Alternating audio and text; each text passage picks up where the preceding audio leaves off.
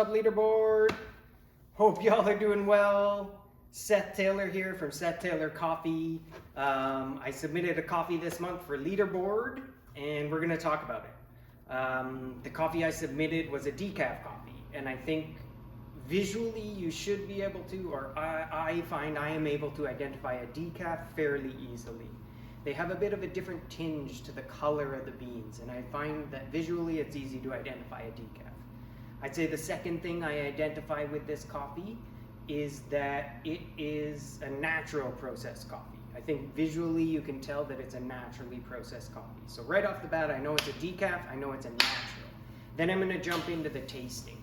When I taste this coffee, I get a lot of kind of chocolatey, citrus sort of vibes, not a lot of fruit going on, not an overly fruity cup of coffee.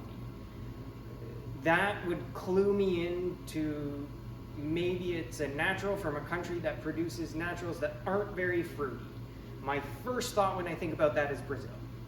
So this coffee is actually from Brazil. It's from Daterra, one of the biggest farms in the world, and it is a decaf natural. It's various varieties. I think visually you can tell that there's a lot of different kind of coffee bean sizes and shapes in this coffee. I contacted Daterra, but they couldn't really narrow it down. They have a giant farm, and this is a mix of any coffee that was actually naturally dried on the trees themselves. So that's kind of the interesting thing about this coffee. It was all the cherries were dried on the trees themselves. Big chocolate, citrus, a little bit of dried fruit. That's it, Leaderboard. I hope you figured it out. I hope it wasn't too crazy. Brazil, Daterra, Decaf, Seth Taylor Coffee.